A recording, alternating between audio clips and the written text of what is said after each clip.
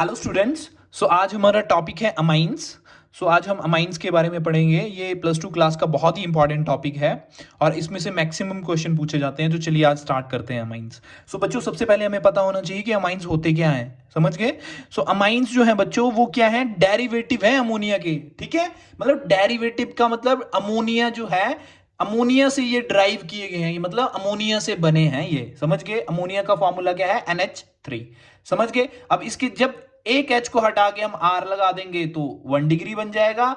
जब 2H को हटा के 2R ग्रुप लगा देंगे तो 2 डिग्री अमाइन बन जाएगा।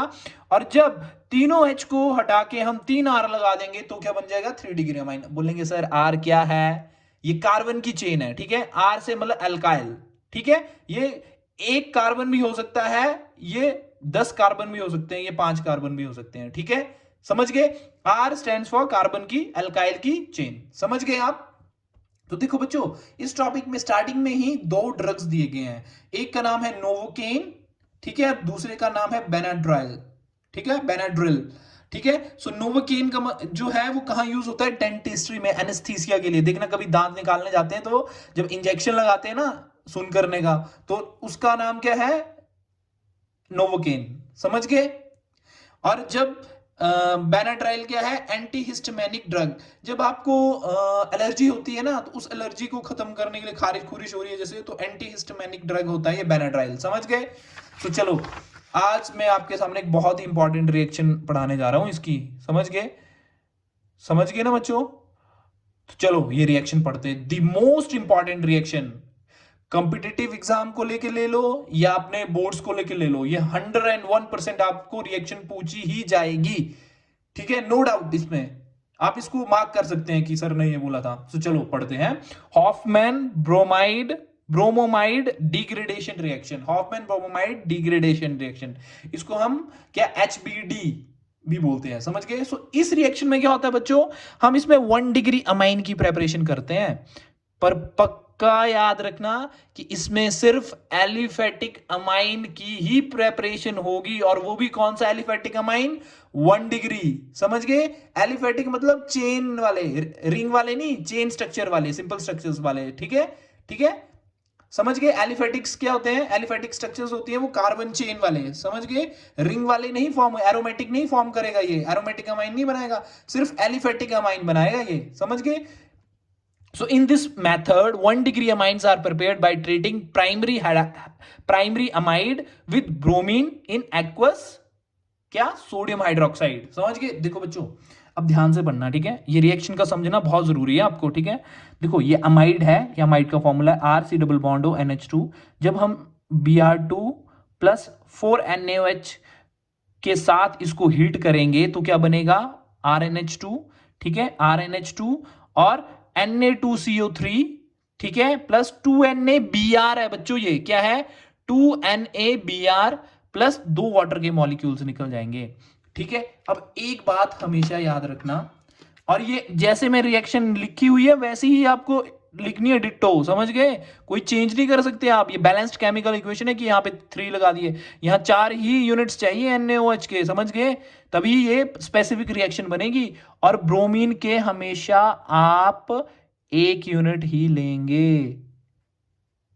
समझ गए? सिर्फ 1 यूनिट, इसका 4 यूनिट। समझ गए? तब बनेगा प्राइमरी अमाइन बनेगा। ठीक है, सोडियम कार्बोनेट बनेगा, 2NaBr बनेगा, प्लस 2H2O बनेगा। ठीक है, अब चलो मैं मैकेनिज्म बताता हूं। चलो, अब मैकेनिज्म में क्या हुआ? देखो, अमाइड को मैंने खोल के लिख लिया है। ठीक है, NH2 को HH। अब बच्चों, जब मैंने इसमें बेस डाला, अब मैं इसको क्यों बेस बोल रहा हूं, और कई इसको न्यूक्लियोफाइल बोलते हैं, पर मैं इसको बेस बोल रहा हूं क्योंकि ये बेस इसलिए है क्योंकि ये प्रोटॉन को लेके जा रहा है। ठीक है? ठीक है, अगर कोई प्रोटॉन को लेके जाएगा तो वो बेस ही कहलाएगा। H पॉजिटिव को लेके जाएगा वो बेस ही कहलाएगा। जब OH नेगेटिव क्या करेगा?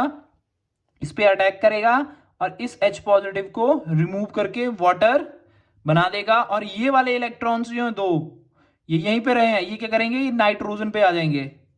समझ गए? अब देखो, RC double bond O N negative आ गया और H ऐसे रह गया। ठीक है, अब देखो Br2 लिखा था ना मैंने, तो Br2 के प्रेजेंस में हम इसको रिएक्शन करेंगे। तो देखो, आप बोलेंगे सर ये पार्शियल पॉजिटिव और पार्शियल नेगेटिव कैसे आ गया, इस पे आपका क्वेश्चन होना चाहिए, क्योंकि सेम एटम के बीच में इलेक्ट्रोनेगेटिविटी का डिफरेंस तो होना ही चाहिए कभी भी। ठीक है, तो अब ये क्यों हुआ, क्योंकि यहां पे देखो जो नाइट्रोजन पे नेगेटिव चार्ज है, इसकी वजह से यहां इस मॉलिक्यूल में चार्ज जो है क्या हो जा रहा, इंड्यूस हो जा रहा। आपने एक चीज पढ़ा होगा, आयन इंड्यूस्ड डाइपोल मूवमेंट पढ़ा है आपने, इसको नोट कर लो, आयन इंड्यूस्ड डाइपोल मूवमेंट पढ़ना, उसमें पता चलेगा कि एक आयन जो है वो अदर मॉलिक्यूल में कैसे डाइपोल इंड्यूस करता है। ये इसके एनवायरनमेंट में आके, इस नाइट्रोजन के एनवायरनमेंट में आके Br2 में क्या हो गया, पार्शियल पॉजिटिव और पार्शियल नेगेटिव चार्ज क्रिएट हो गया, समझ गए। तो क्या होगा फिर Br ये अपने इलेक्ट्रॉन भाग जाएगा और Br पॉजिटिव कहां, इधर अटैक कर देगा। लग गया बच्चों यहां पे Br। ठीक है, अब क्या होगा, फिर हम बेस डालेंगे NaOH। ठीक है, अब क्या करेगा, ये प्रोटॉन को एक्सट्रैक्ट करेगा और वाटर निकाल देगा। ठीक है, प्रोटॉन को एक्सट्रैक्ट किया यहां से, ये ले गया, और ये इलेक्ट्रॉन क्या हो गए, ये यहां पे आ गए। ठीक है, और यहां पे क्या, वाटर निकल गया और यहां पे नेगेटिव चार्ज आ गया, समझ गए। RC double bond O, N पे नेगेटिव चार्ज और Br। अब ये नेगेटिव चार्ज यहां पे ट्रांसफर होगा। ठीक है, सबसे पहले देखो क्या होगा, मैं बताता हूं, ये वाला नेगेटिव चार्ज यहां पे ट्रांसफर होगा तो कार्बन पे तो ज्यादा बॉन्ड हो गए। ठीक है, क्योंकि ये कितना बॉन्ड बना सकता है, सिर्फ 4 ही बॉन्ड बना सकता है। ठीक है, तो ऑक्सीजन का ये वाला बॉन्ड ऊपर चला जाएगा, पर ड्यू टू बैक बॉन्डिंग ये क्या होगा, ये फिर नीचे आएगा और इस R ग्रुप को बाहर निकाल देंगे, ये समझ गए।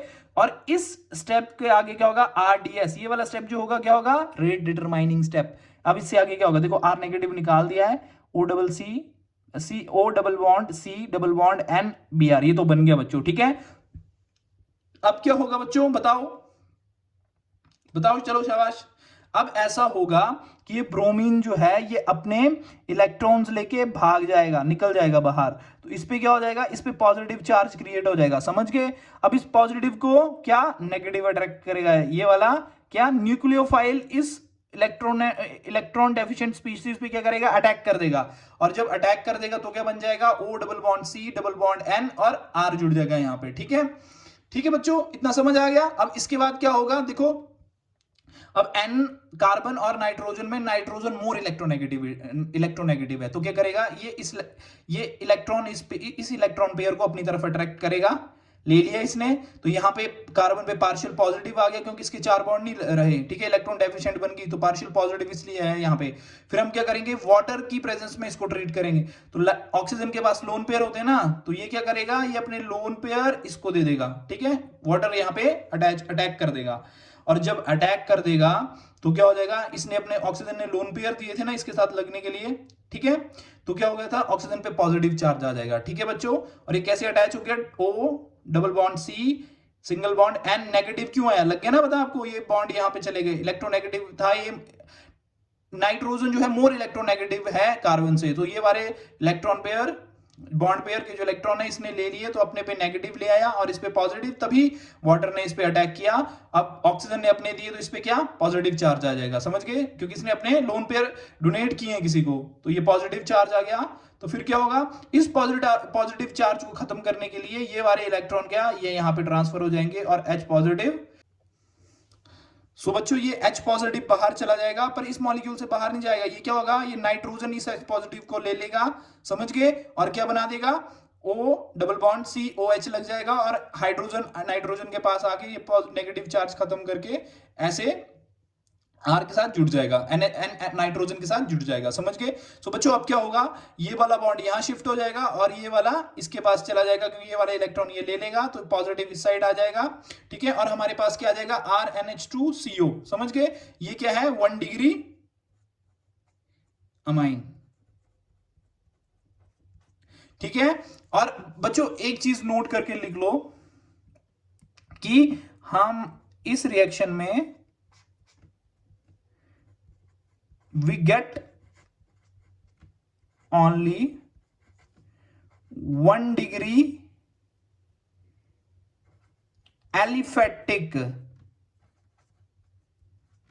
amine from this reaction,